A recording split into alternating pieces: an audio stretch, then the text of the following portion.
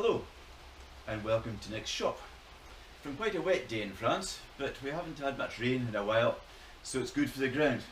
Now, I never thought I'd hear myself saying that, but there we are. Okay, we've got the old T120 in front of me again, and I'll remind you of a previous video.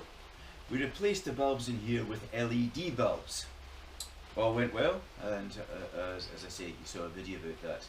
The only problem I had was that the indicator light for the high beam, when I had that connected, I couldn't get the high beam to come on. Now the reason for that is that the indicator bulb and the high beam light run in parallel. So they run in parallel together, the two wires to the same feed.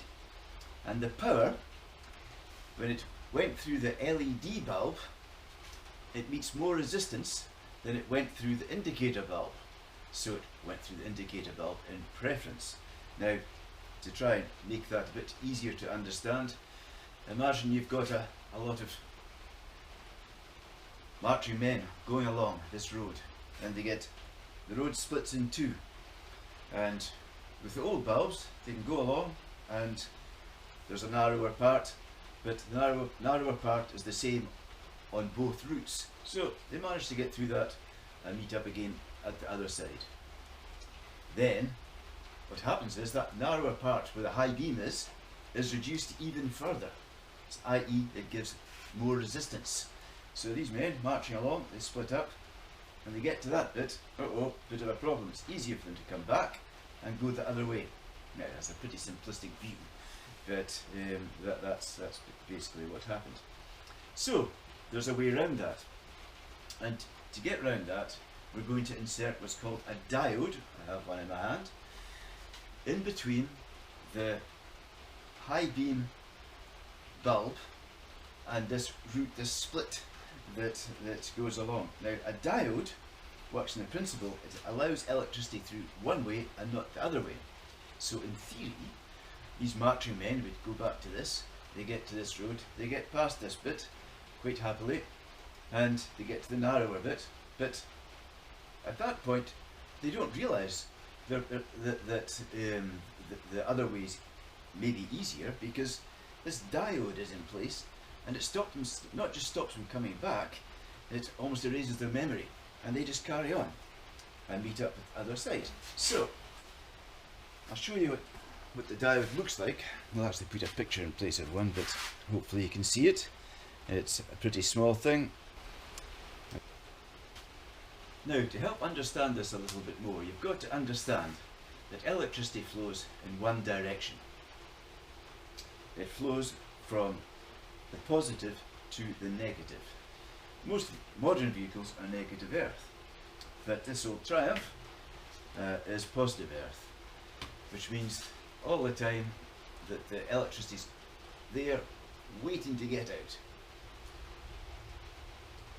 When you turn on the circuit, turn on the light effectively, the electricity gets out. So this bridge is opened up. Now, remembering that electricity flows only one way, I'm going to show you how this diode works. I've got a battery in front of me. This is positive, this is negative. Remember, electricity runs from the positive to the negative. So we've got a light in series there. Put that on, the light comes on. Put the diode in place this way around. Now that's with this side running. So the electricity is running along here and coming out. Fine. Put it this way around.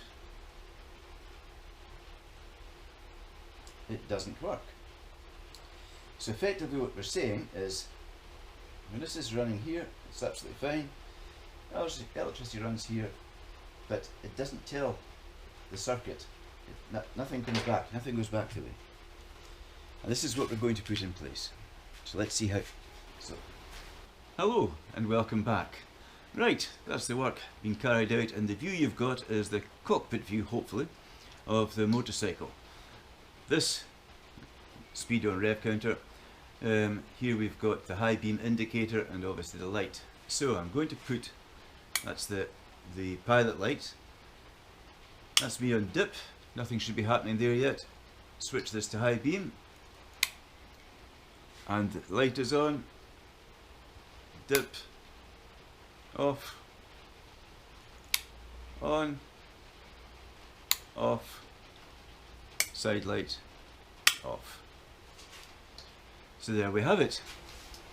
Now I'm going to put a diagram up, and this diagram was actually drawn by Don Johnson, and Don is from California, and we've been keeping in touch via a group, a forum on the internet, the Triumph for Arts forum. Don is the guy that really pulled all this together. I'm just copying his idea and putting it on video. You'll see in the diagram should be in front of you now, and you can see the wiring diagram of the motorcycle and where the diode has been connected in. Hopefully that's nice and clear. I hope you enjoyed this video, and I look forward to seeing you at next shop the next time. If you like this video, thumbs up, and remember to subscribe. I've got 21 subscribers at the moment. Let's see if we can get that up. It's all exciting for me. Thank you very much. Bye bye.